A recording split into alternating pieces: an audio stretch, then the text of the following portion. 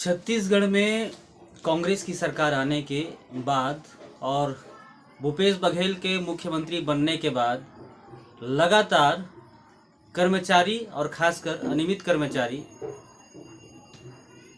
मुसीबत में हैं, धोखे के शिकार हैं, शोषण के शिकार हैं।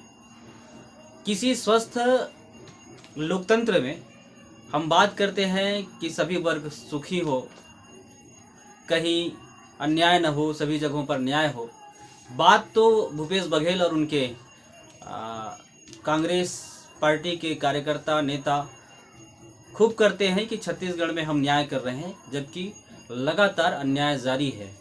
ऐसा ही अन्याय हुआ है लोक निर्माण विभाग के दैनिक वेतनभोगी कर्मचारियों के साथ। जी हाँ, वहाँ दैनिक वेतनभोगी कर्मचारियों को यह बोला जाता है कि आप दैनिक वेतनभोगी कर्मचारी नहीं हैं और आप श्रमिक हैं, मजदूर हैं। और कल ही मैंने इस पर एक वीडियो बनाया था कि चौकीदार से लेकर के कलेक्टर तक सारे कर्मचारी मजदूर हैं। तो आज इसी विषय में आज आखिर किस प्रकार से मुख्यमंत्री और अधिकारी लोक निर्माण विभाग के 39 करोड़ रुपया और नियमितीकरण के साथ धोखा कर रहे हैं, इस विषय में हम बात करेंगे। मेरे साथ कुछ पत्र हैं जो आपको स्क्रीन पर भी दिखाई देगा कि ये पत्र हैं क्या। पहला पत्र है श्रमायुक्त का, कार्यालय श्रमायुक्त छत्तीसगढ़ रायपुर। इसमें शासन के समस्त विभागों को, समस्त विभाग अध्यक्ष को, समस्त संभागयुक्त को, समस्त कलेक्टर, समस्त सहायक श्रमायुक्त, श्रम अधिकारी, समस्त उप संचालक, सहायक संचालक, औद्योगिक स्वास्थ्य एवं सुरक्षा सभी लोगों को ये भेजा गया है, जिसमें विषय है शासन के नियंत्रणाधीन स्थापनाओं में सीधे नियोजित अथवा किसी एजेंसी के माध्यम से नियोजित अथवा संविदा पर कार्यरत महिला कर्मियों को मातृत्व लाभ अधिनियम 1961 के अंतर्गत लाभ की पात्रता के संदर्भ में ध्यान देने वाली बात है।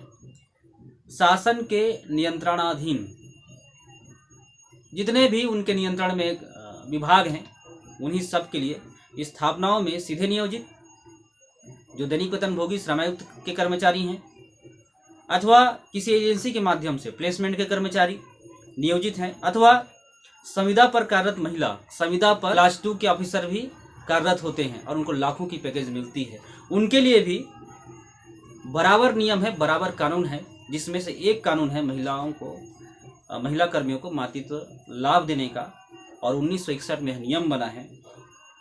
और इसके लाभ जो है, यह तथ्य कि राज्य में समान पारिश्रमिक अधिनियम 1976 प्रचलित है। इस अधिनियम के अंतर्गत अनुसूची में नियोजन एवं स्थापनाएं उल्लेखित है, जिसमें यह स्पष्ट है कि इनमें नियोजन करने वाली स्थापनाएं समान पारिश्रमिक अधिनियम के तहत स्थापना है व तदनुसार मातृत्व लाभ अधिनियम हेतु स्थापना है। यह उल्लेखनीय है कि इस अनुसूची में नियोजन स्थापनाओं की सूची इतनी व्यापक है कि शासन की समस्त स्थापनाएं इनकी परिधि में आती हैं। एवं यह भी कि एक विधिक तथ्य है कि प्रत्येक स्थापना निश्चित रूप से किसी विधि में स्थापना है। उन्हें उपरोक्त तथ्यों से अभिनिर्धारित है कि शासन के नियंत्रणाधीन स्थापनाओं में कार्यरत महिला कर्मचारी वह सीधे नियोजित हो अथवा किसी एजेंसी के माध्यम से अथवा संविदा नियमों के तहत नियोजित हो, उन्हें मातृत्व लाभ अधिनियम 1961 के समस्त प्रावधानों का लाभ प्राप्त होगा। इसमें स्पष्ट इन्होंने लिखा है, जिसको अधिकारी जो अपने आप को शासक समझते हैं, राजा समझते हैं, वे लाभ नहीं दे रहे हैं, कर्मचारियों का शोषण जारी है।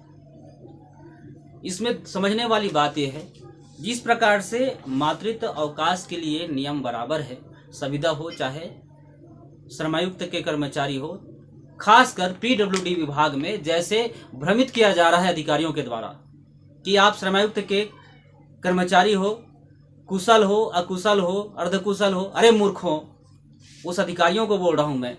कुशल, अर्धकुशल, अकुशल वो श्रेणियां हैं और ये श्रेणी नियमित कर्मचारियों में भी आती है। तो क्या उन नियमित कर्मचारियों को भी आप पात्रता नहीं देते हैं क्या? ये वर्गीकरण है। अरे मूर्खों, समझ जाओ। नहीं समझोगे तो अच्छे से समझा दिए जाओगे। शोषण बंद करो। और मैं उन लोगों के लिए बोल रहा हूं जो अधिकारी हैं और जो शोषण कर रहे हैं, शोषण करने वाले अधिकारी हैं, उनके लिए बोल रहा हूं, ध्यान में रखिएगा। ये शब्द उनके लिए छोटे हैं, इससे बड़ा उनको जो है दंड दिया जा सकता है। दूसरा, 2005 मार्च 2008 में मुख्यमंत्री डॉक्टर रमन सिंह, तत्कालिक मुख्यमंत्री, शासन भाजपा भारतीय जनता पार्टी, उन्होंने नियमितीकरण दिया है। ऐसे तो कांग्रेस पार्टी ने कभी नियमितीकरण दिया नहीं है। दिया है छत्तीसगढ़ में 2 बार नियमितीकरण मिला है, तो भाजपा के शासनकाल में मिला है, स्पष्ट कर दूं, और हजारों लाखों लोगों को मिला है। धोखा कभी नहीं दिया है उन्होंने गंगा जल के नाम पर। नीचे लिखा हुआ है, यह स्पष्ट किया जाता है कि अब कार्य विभागों में कार्यरत गैंगमैन श्रमिक भी नियमितीकरण की परिधि में आवेंगे। अच्छे से पढ़ लो मूर्खों, अधिकारियों, पढ़ो इसे कि गैंगमैन और श्रमिक भी नियमितीकरण की परिधि में आते हैं, तो फिर आप उन्हें आज उनकी जानकारी लोक निर्माण विभाग में क्यों नहीं भेज रहे हो? यदि पढ़े लिखे नहीं हो तो छोड़ दो नौकरी, या तुमने क्या उसको करप्शन के द्वारा प्राप्त किया है नौकरी को, भ्रष्ट अधिकारियों। दूसरा, कार्यालय प्रमुख अभियंता लोक निर्माण विभाग, नॉर्थ ब्लॉक सेक्टर 19, निर्माण भवन, नवा रायपुर, अटल नगर, जिला रायपुर, छत्तीसगढ़ का यह पत्र है। विषय है प्रति सचिव छत्तीसगढ़ शासन लोक निर्माण विभाग मंत्रालय, महानदी भवन, नवा रायपुर, अटल नगर। विषय है विधानसभा दिसंबर 2022 सत्र में दिए गए अतारांकित प्रश्न क्रमांक 235 द्वारा माननीय श्रीमती रंजना दीपेंद्र साहू, सदस्य छत्तीसगढ़ विधानसभा, प्रदेश में लोक निर्माण विभाग के अंतर्गत नियुक्त अस्थायी कर्मचारी। स्पष्ट लिखा है अस्थायी कर्मचारी कौन है। उसमें इसने जवाब देते हैं, क्या गृह मंत्री महोदय यह बताने की कृपा करेंगे, प्रश्न क्रमांक का, प्रदेश में लोक निर्माण विभाग में निर्माण के अंतर्गत कुल कितने अनुविभागीय कार्यालय हैं? उक्त कार्यालयों में समस्त श्रेणियों में अस्थायी श्रमिकों कर्मचारियों की कुल कितनी संख्या है? HR, MR श्रेणियों की पृथक पृथक जानकारी देवें। उत्तर में लिखा जाता है, प्रदेश में लोक निर्माण विभाग के अंतर्गत कुल 182 अनुविभागीय कार्यालय हैं। वर्तमान में उक्त कार्यालय में समस्त श्रेणियों में अस्थायी श्रमिकों की संख्या 5939 है, जिसमें से HR 870, MR 5029 एवं अन्य 33 है। क्या उक्त अस्थायी श्रमिकों कर्मचारियों को स्थायी करने की योजना है? यदि हाँ तो कब तक कर दिया जाएगा? उत्तर लिखते हैं, सामान्य प्रशासन विभाग से संबंधित विभाग में इस संबंध में जानकारी निरंक है। क्या उक्त समस्त कर्मचारियों को साप्ताहिक अवकाश, शनिवार रविवार सहित विभिन्न 30 त्योहारों को शासकीय छुट्टियों का लाभ दिया जाता है या नहीं? जानकारी देवे। बोलते हैं जी हाँ हम देते हैं।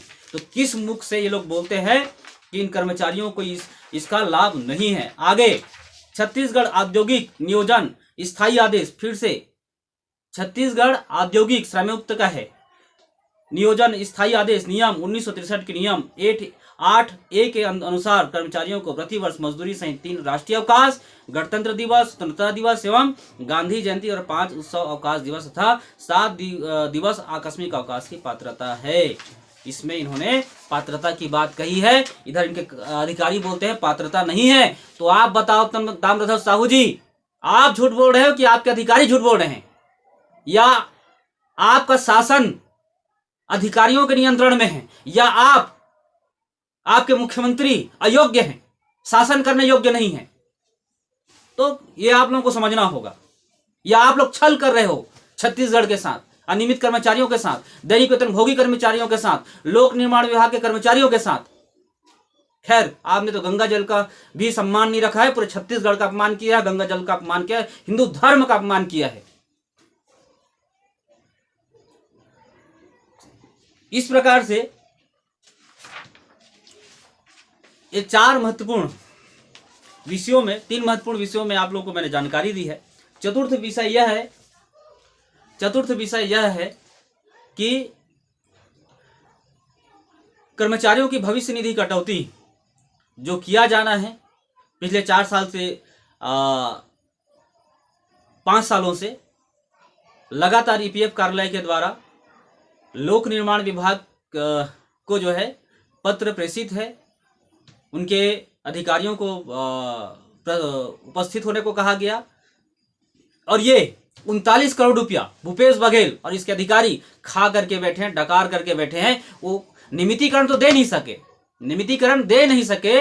39 करोड़ रुपया भी ईपीएफ जो खून पसीना की कमाई है कर्मचारियों की, वो भी नहीं दे पा रहे हैं भूपेश बघेल। तो आपके सारे नियत में ही खोट है, आपके अधिकारियों की नियत में खोट है। आपके अधिकारी बोलते हैं कि मुख्यमंत्री जानेगा, आप बोलते हैं अधिकारी जानेंगे, तो कौन जानता है? आप कुल मिलाकर के उलझाए हुए हो। इसका जवाब तो हम जरूर देंगे और अच्छे से देंगे। ये हमने ठाना है, छत्तीसगढ़ ने ठाना है। 39 करोड़ रुपया अवकाश का विषय, शोषण का विषय लगातार छत्तीसगढ़ में जारी है। और साफ साफ मैं समझा दे रहा हूं के पिपरी जी, ये लोकतंत्र है, सत्ता आएगी और जाएगी, सत्ता बदलेगी, आपको जवाब देना पड़ेगा। अभी तो आप बच जा रहे हो, आपको जवाब देना पड़ेगा। आप जितने अधिकारी हैं उनको भी बता दे रहा हूं, सत्ता आती और जाती है, गुलाम मत बनिए। जो नियम, जो कानून, जो संविधान है उसके अंतर्गत काम करिए। और श्रमायुक्त के अंतर्गत काम करने वाले कर्मचारी ही कलेक्टर दर के कर्मचारी होते हैं। संविदा के कर्मचारियों के लिए भी वही नियम लागू है। आप किसको छल रहे हो? आप जानकारी भेजिए, ईपीएफ भी काटिए। कर्मचारियों को 39 करोड़ रुपया उनके खून पसीने की कमाई है, वो पैसा आपको देना होगा, जानकारी भेजनी होगी। नियमितीकरण की पात्रता है, धोखे में मत रखिए। वंदे मातरम। जय हिंद, जय भारत, जय छत्तीसगढ़।